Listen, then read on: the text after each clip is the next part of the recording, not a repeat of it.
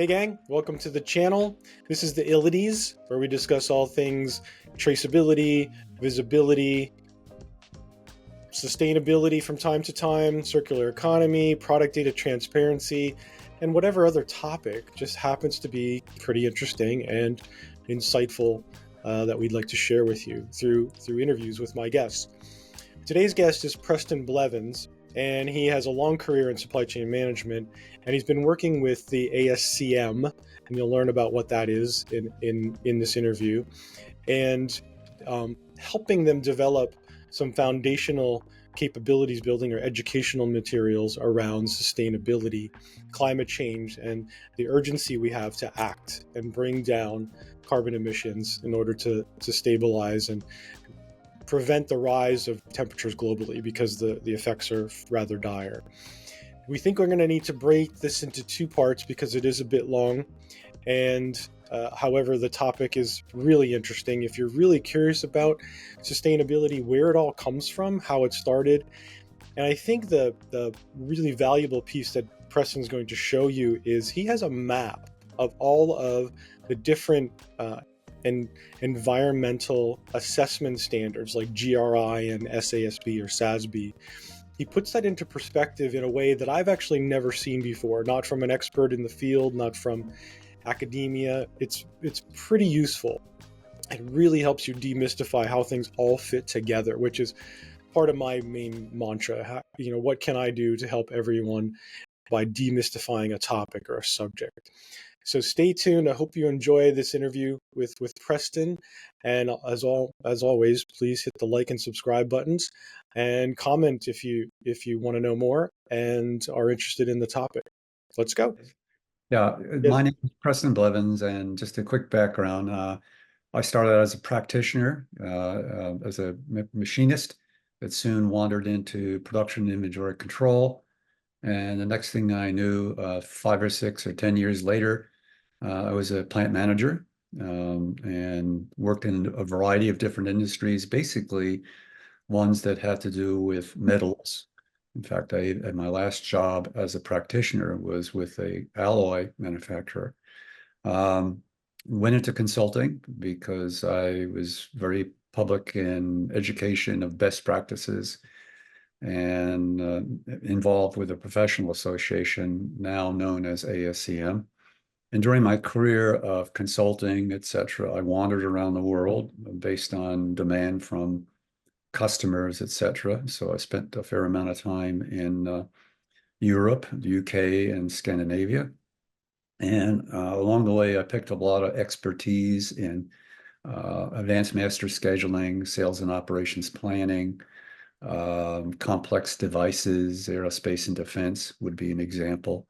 And then moved accidentally into food because I was always looking for something that was interesting and where there was a need for people to understand best practices better and apply them. Quickly became involved with sustainability while I was authoring a textbook on food safety. In fact, I changed the title to Food Safety and Sustainability. And that was about 15 years ago. And that And would have been probably how you and I were introduced, through John Keogh, because right, John is, of course, someone who's been very involved in food safety for 2 decades or more. right. He has traceability, as you do, down to this fine art and science of food safety, which is critical. And actually, it's more not even just safety, it's protecting yourself from fraud, buying bad products. And throughout this whole length of my career, as you can see from my appearance, I'm not a youngster, so I've been around a while. I helped continue to work with, then was Apex, now ASCM, Association for Supply Chain Management, as a volunteer in all kinds of roles on the international board, conference chair, et cetera. And I was asked to join the local San Diego board. They're chapter centric, have headquarters, and then you have chapters and partners. And I told the chapter, hey, wait a minute, we're not covering sustainability sufficiently, so I think we need to start a SIG. Well, SIGs were not very prominent within ASCM. We said, let's do it anyway. And right now we've put together based on what I proclaimed to the board of the chapter, we need more urgency in understanding the perils of climate change and awareness of all the tools that we need to deploy to do good combat with it, to win the battle, because it is a battle. And so through John, he introduced me to you. Here I am. So that, yeah, thank you. So let's turn to let's first explain why it's pertinent that you're a guest on the channel today. And even if you're familiar with sustainability and climate change and what's occurring in the environment around us, I think many of us already feel the effects of what's occurring. And you're in supply chain in some form or fashion. You're in operations. Right. There's there's a good bit of grounding that you've developed in this material that I Mhm. know you're ready to share with us that kind of explain the ramifications of 1.5C and beyond. Yeah. Why this sense of urgency has despite the news cycle, which doesn't do sustainability and climate change any service. Right. Despite that, it's still something that's really important that needs to be of focus. And you're here to tell our listeners what the foundations are of that, why it's so important. So Right. please go right Yeah. ahead. Uh, what I like to do is share at least a little outline of thought process, build on one thing, go to the next, do it in a relatively short period of time. But I guess the first thing in the discussion outline really is to talk about the importance of 1.5C.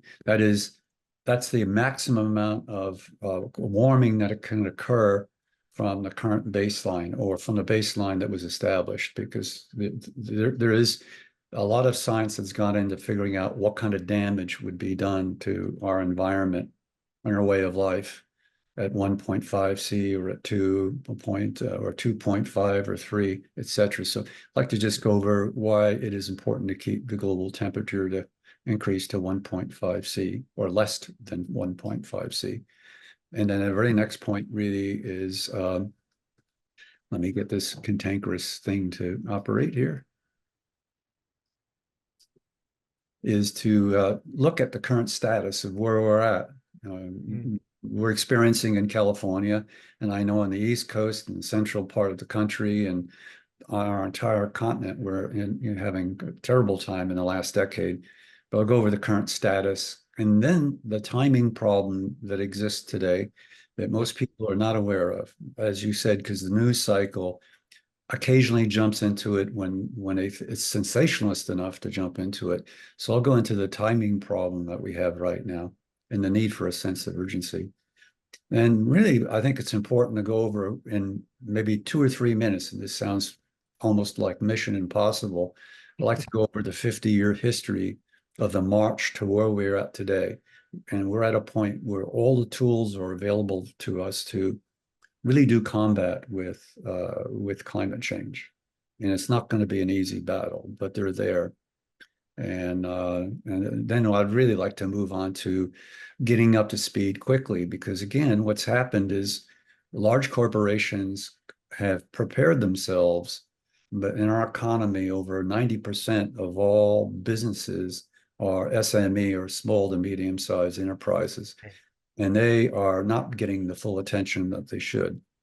In fact, I saw on a thing called ESG News, a newsletter I subscribe to, that about 90% of companies surveyed, when they talk to employees, they say that they're not getting enough information on sustainability, Mm, which is pretty incredible. yeah. That's how I'd like to really walk through all of this, if that's okay. Yeah, please, let's go. Looking Well, forward. I could come up with maybe a half a dozen charts showing the impacts on us, on our environment, on our quality of life, but I'll just choose one because it's less threatening. But we all know about fires. We know all about droughts. We know about floods because we're getting lots of those. But this is something that's easier to deal with. Uh, Hang on, let me do this. I'd like to start with the number of ice-free summers, Arctic summers.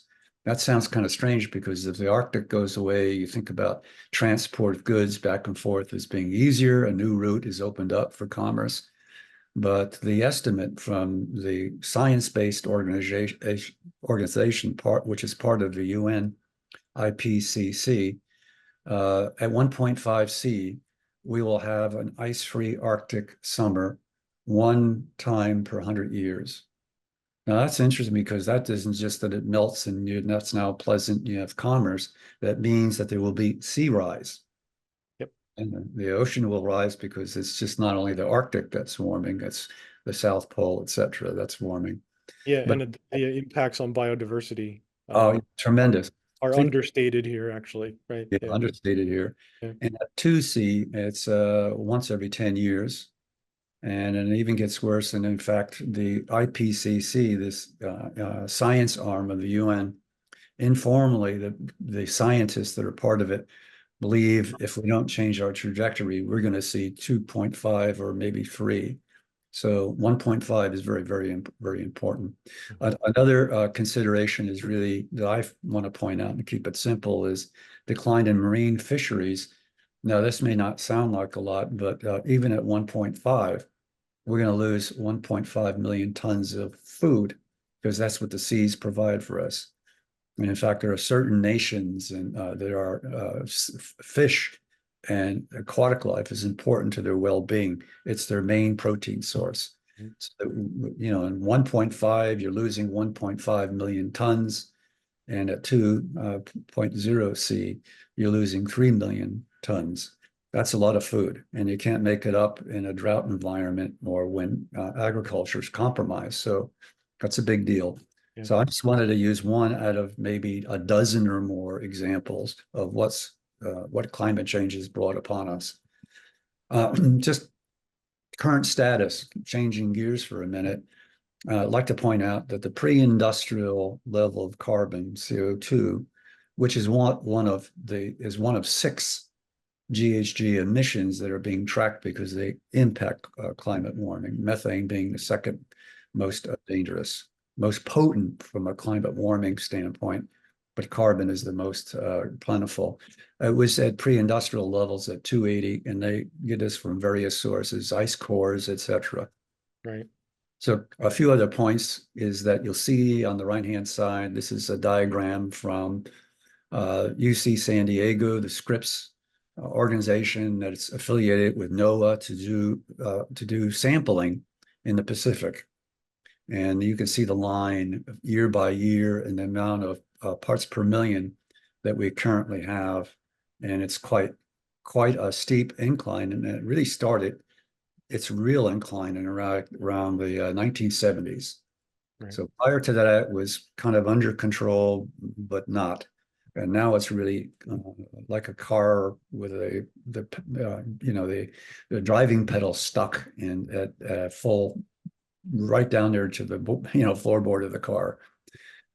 There are targets set by nations. It's just that 1.5 C emerged out of the blue. All the nations of the UN voted that this was a goal to keep the increase to 1.5 C. And at 2050, it would be net zero. But here's the current status right now. The target in parts per million of carbon is 430. The current status as of 2023 is 424. So as you can see that we really have quite a delicate situation going on. We really got to pull up our socks and put our big boy pants on and go at it. Moving on, here's one other study that I think is really conservative. And what the folks have said in this combination, and you can see at the bottom, it's from Berkeley Earth, it's from NOAA, it's from all kinds of different sources. But this composite view says, yes, definitely, we're going to breach the 1.5 limit in the late 2020s. Well, I suspect we're going to breach it sooner than that because for Europe last year, it had actually hit 2.0. And here we are in the Pacific where it looks like it's very close to 1.4 or 1.49999, to put it bluntly. So But moving on, I think there's more there that we need to understand, and that is there's a timing issue to this. They just didn't pick a number without a time. This was worked out again by this organization, IPCC, UN Science Center. And the first thing to consider is that, yes, it's been agreed to, and nations made commitments, including the United States, Canada, et cetera, et cetera. We all made commitments. And the basis of that commitment really was we made our commitment in the US in 2016. The baseline from a starting point on reductions of emissions was the year 2005. We initially committed to a 52% increase, and that seems to be in line with everybody else. There are some laggards who are going in at 40, some deferred for a while, like the PRC. They want to, reach this at a later date. And that means that we have 35% remaining to hit our goal. But the question is when, and the when is the gotcha. The when is 2030, which means in essence that whatever we accomplished in the past 6 or 7 years, we have to double that in the next 6 years. We have to double that. And that's quite a big, that's heavy lifting.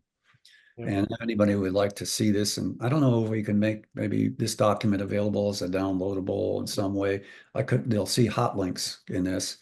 When I hit the hot link to that, it'll take me to the letter from the President of the United States, which is a rather lengthy letter, I think. And the reality is we're running out of time. So we're right on the edge of hitting 1.5 C.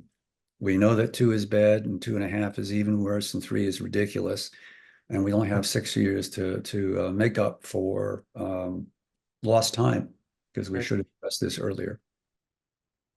Okay, so let's just move on to what this history I talked about. Yep. And I want to condense 50 years into about a minute or two.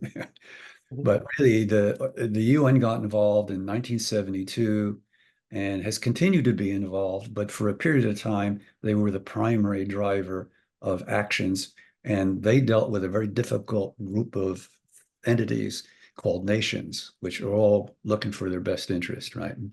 Jockeying for an advantage. And this is just a list of major things that occurred. In 73, they established the basis of environmental law. There's laws out there about the environment. You can be sued. In the Netherlands, the people actually took the nation to court and won. The Netherlands was dinged by its people for not being sustainable enough. But in other years, you had a common understanding. You had area of how to focus. You had an agreement on amounts that would be reduced. An example would be my prior example.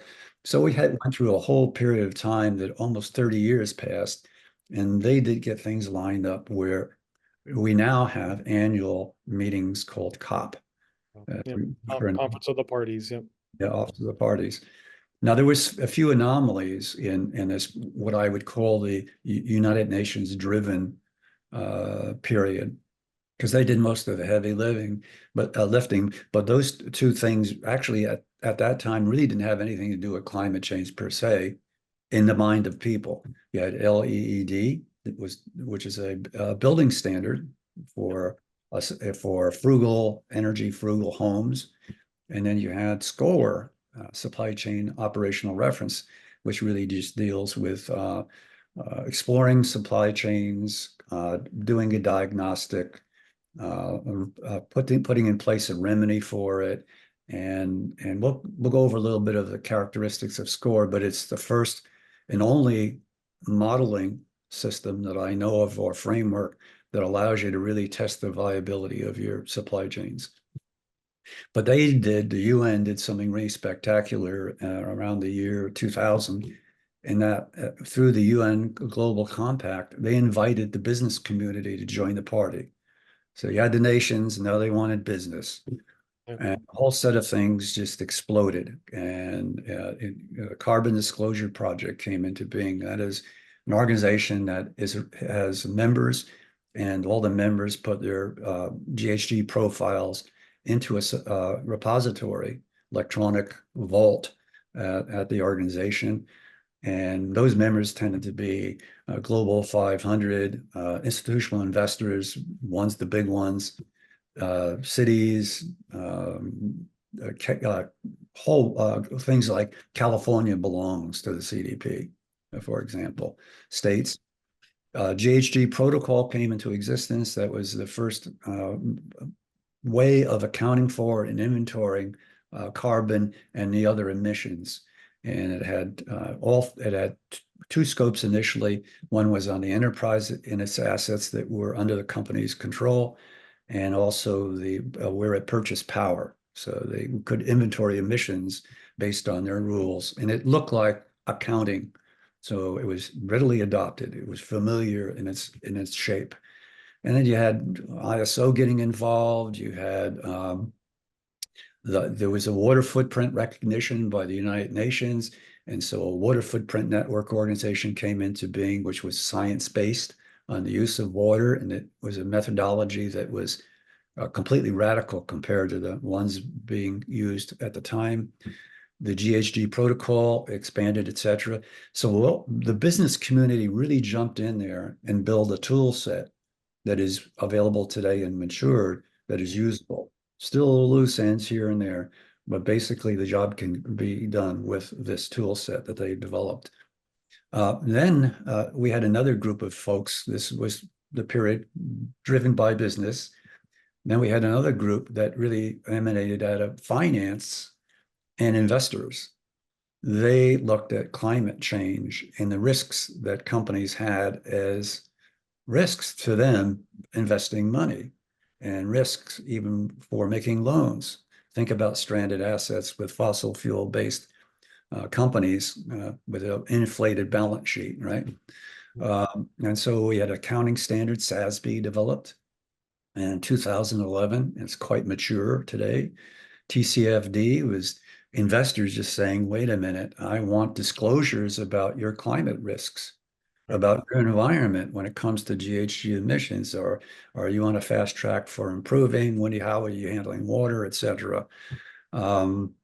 Science-based targets came into being, but it really has little to do, but I threw it in there when it comes to finance. But it was really a long-range planning tool that we'll discuss in a few minutes. Mm. And then finally, the multinationals, the big ones, said, hey, we want one consolidated view of sustainability in one place. And so they formed a board was formed called ISSB. And it was really to satisfy the multinationals. And we got onto the law being placed in the EU, being put in place called CSRD. And that has matured into standards and even a due diligence requirement, and it's very complicated, but it all fits together. It works together. In the U.S., the Security and Exchange Commission came out with a relatively weak standing on climate change, but it had enough to shake up everybody. But it's temporarily on hold because of litigations by all the what I call dinosaurs. Don't want anything to happen. So that, in a nutshell, was, you could say that the 50 years had three distinct phases, and that's the history. Now, if we can somehow make this available, that would be great. I'm not sure it's feasible. We can. Yes, Okay. definitely. Yep. Okay. But moving on, let's see what this translates into.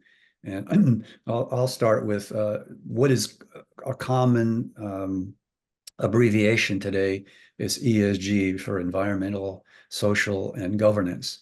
And that's kind of populated everybody's mindset, pretty thoroughly. They don't really know what it is, but it's really buckets in which things that deal with performance measures have been developed that that are appropriate for environmental, for social, and for governance.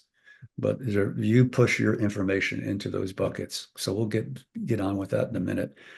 There is one other addition that I really propose that makes it more people, planet, and profit. That is the SCORE framework. Mm. It deals with efficiency, it deals with agility, it deals with risk, and it directs you towards sustainability. It has GRI, which doesn't mean much to people, perhaps when they're listening, but and it also has the UN Sustainable Development Goals embedded in it, and probably on the way to putting SASB in there. But the point is that it allows you to architect your supply chains, do a diagnostic and architect them. And now we have people, planet, and profit. So just a little side point. There is a foundational piece. There actually is two foundational pieces. And the first one I'll go over is the GHG protocol. They are the gold standard, accepted by everybody.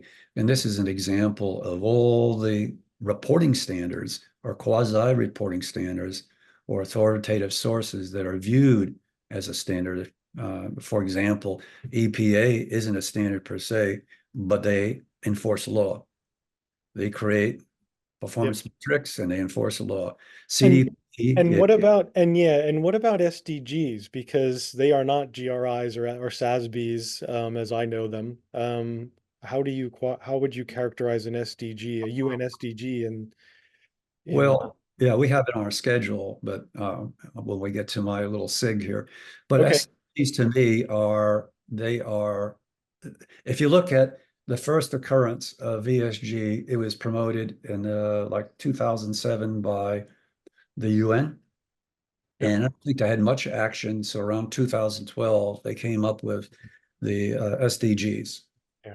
And 17, in my view, is that they're all good and they're a good place to start. And there's actually a whole set of tiering that goes on. And, it gets bigger and bigger, the more detail as you go down.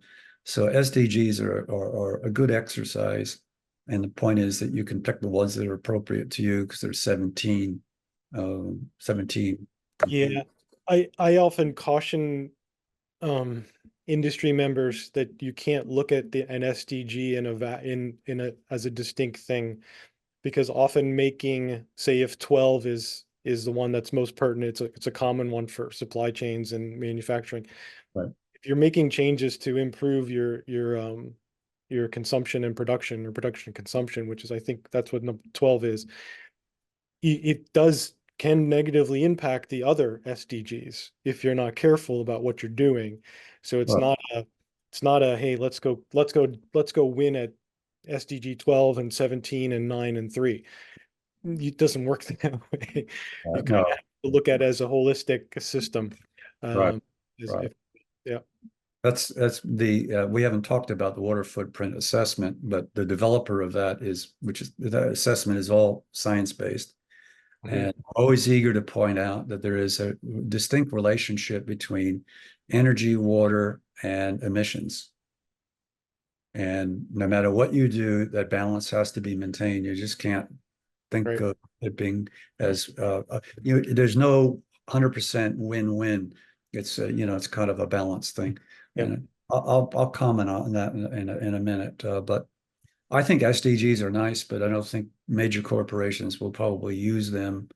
They'll probably use GRI and SASB and Yeah. TCFD, but GRI, which normally when I would go through that history, I'd spend maybe a couple minutes describing it. But GRI started out by accident because they had a calamity in Alaska, an oil spill, and they were after transparency.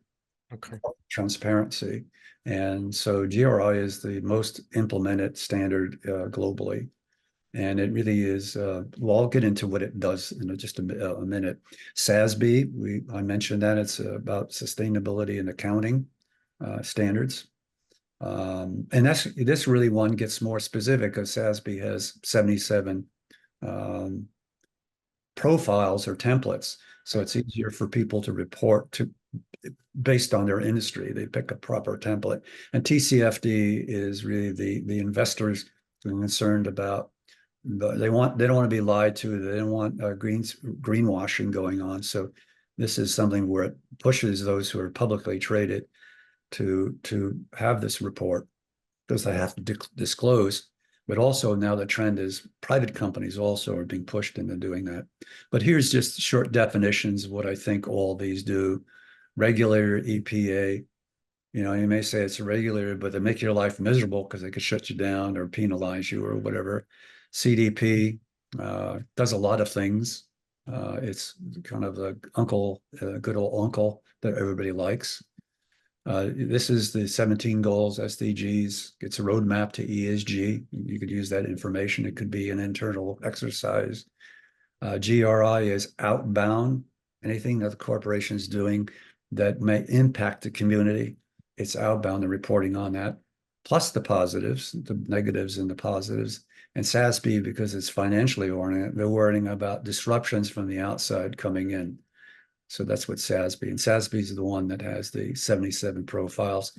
Yep. And TCFD is actually the investment community. Actually, was started by Bloomberg, but there is one wild card up there on the left hand side called the water footprint assessment.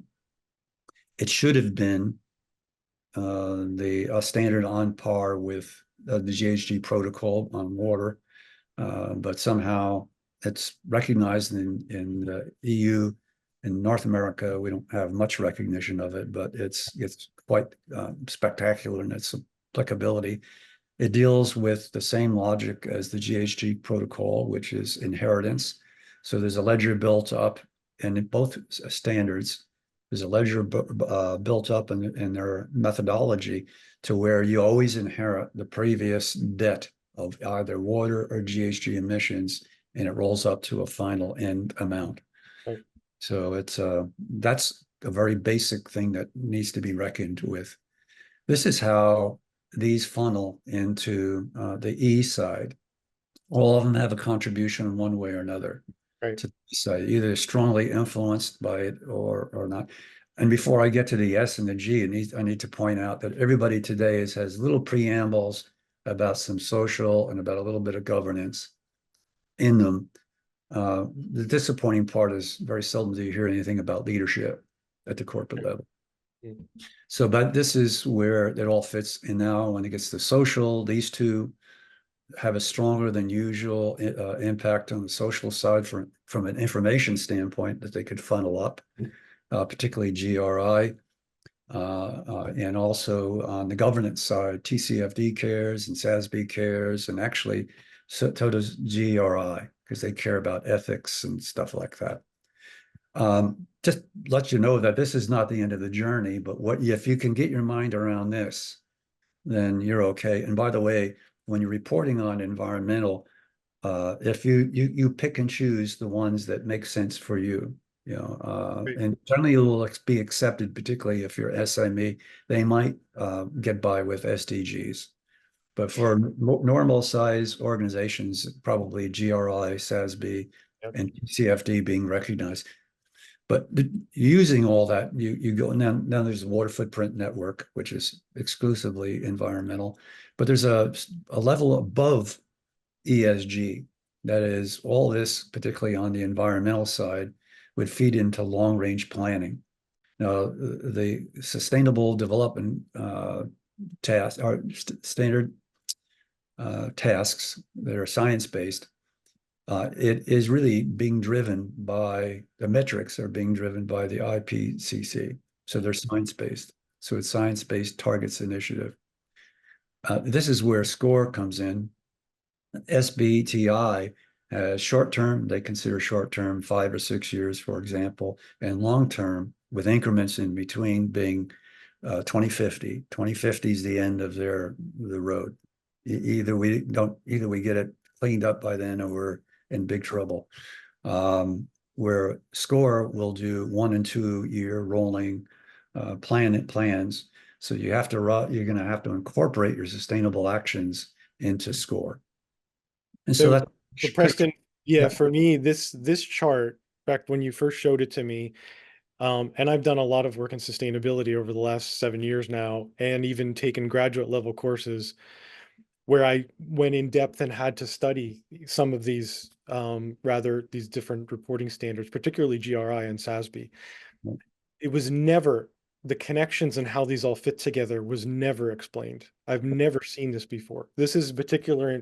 If our listeners and viewers take away anything from this, this is your cheat sheet to be able to tell your fellow colleagues and your leadership how it all fits together, and your foundation for saying what you can ignore without peril, right? So, because most of the folks that I work with are going to focus on GRI and SASB.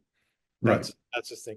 They're going to hear about SBTI because recently there was controversy because there was a unilateral suggestion or recommendation that they allow carbon offsets into the system, which is against the will of some of the very scientists that were working on the initiative. So you're going to hear about that, but may not be the thing you need to focus on right now today, if you Right. want to assess and measure and make improvements on Right. your carbon footprint. So, Right. but this Well, is extremely valuable.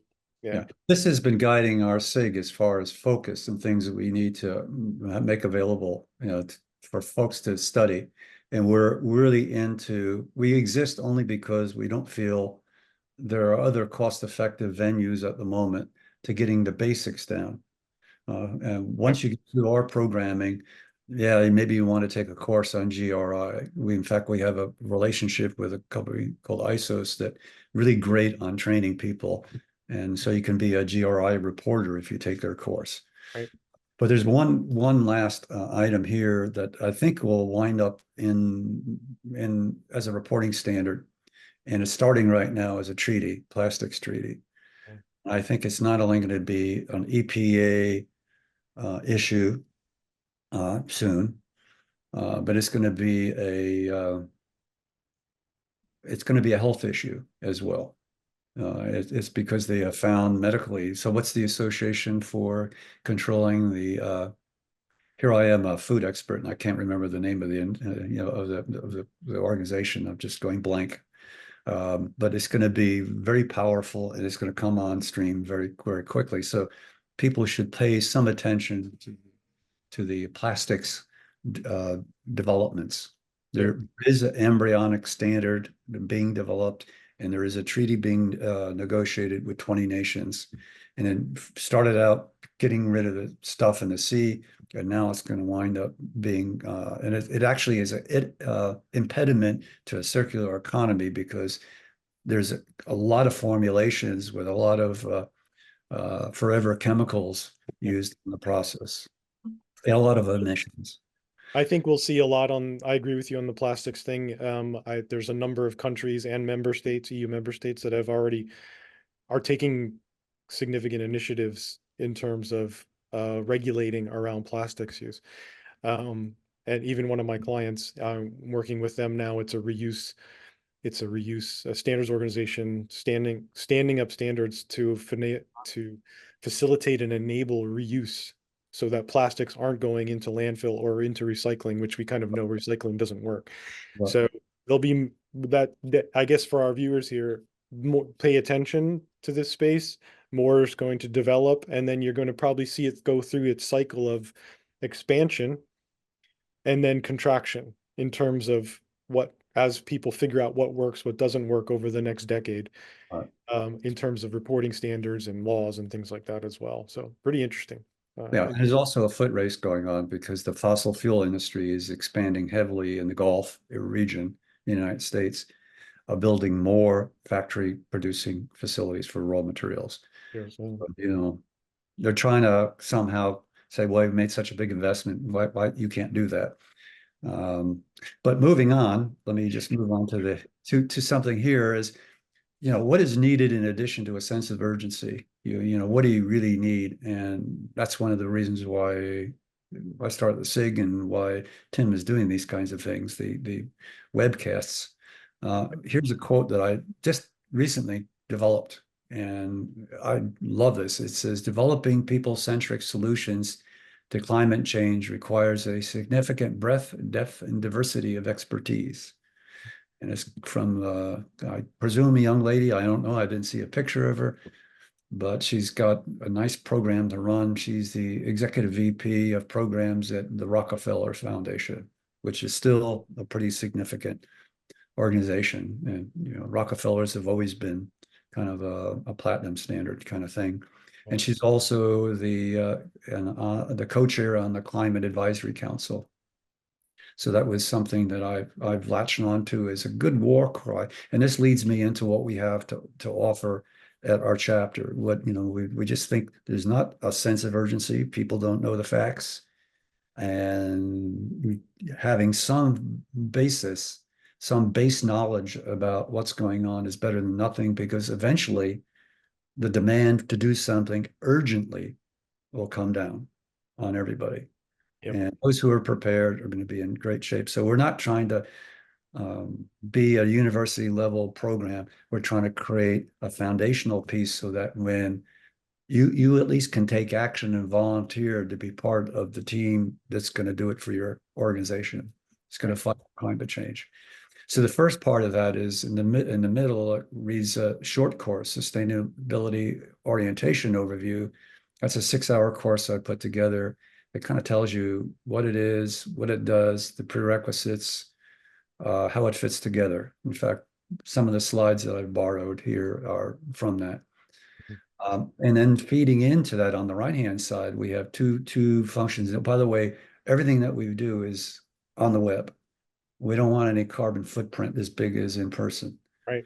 In Right. person is really nice. I like to shake hands. I like to have a beer, a glass of wine, or whatever, and make friends in person is humans are gregarious, but we can't do it.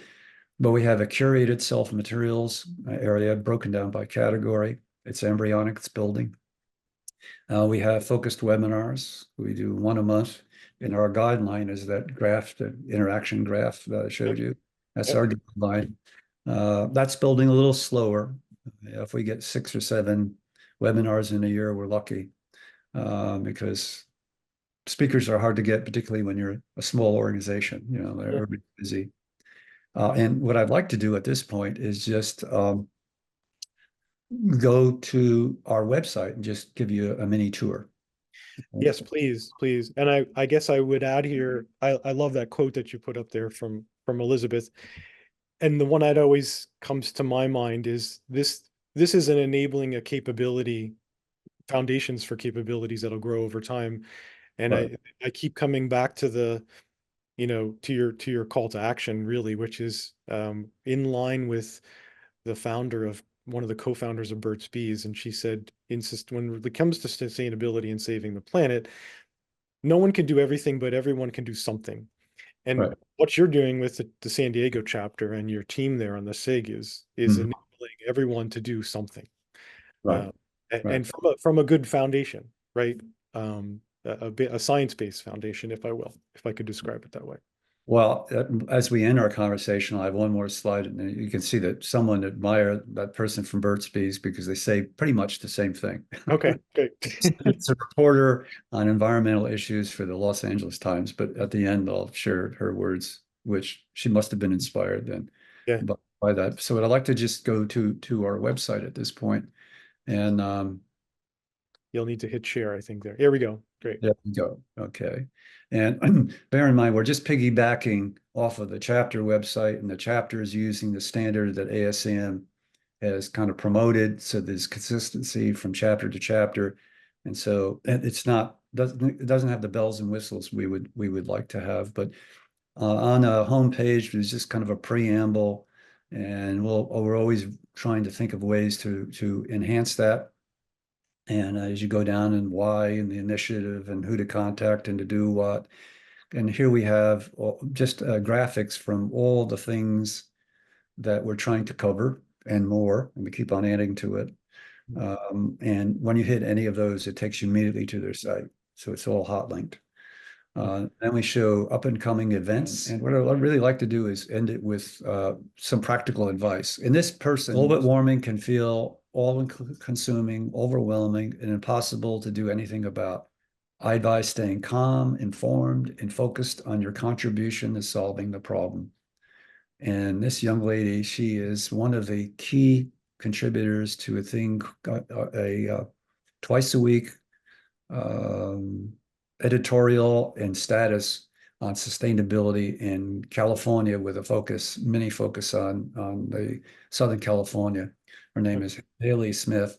This has been super comprehensive, even though still very high level, in terms of the urgency to do something, the what we're facing as an Earth, as members of this Earth, and what people can kind of do about it. in a more cost-effective way than, say, going and doing what I did, which was a graduate certificate in sustainability. I want to say thanks very much, Preston. It was very educational, very informative, and we look forward to seeing how things develop on this overall program, and how you continue to build out what's on the ASCM San Diego site. So Great. I think you're off to a great start. So thank you so Appreciate much. it. Thank you for the opportunity to share.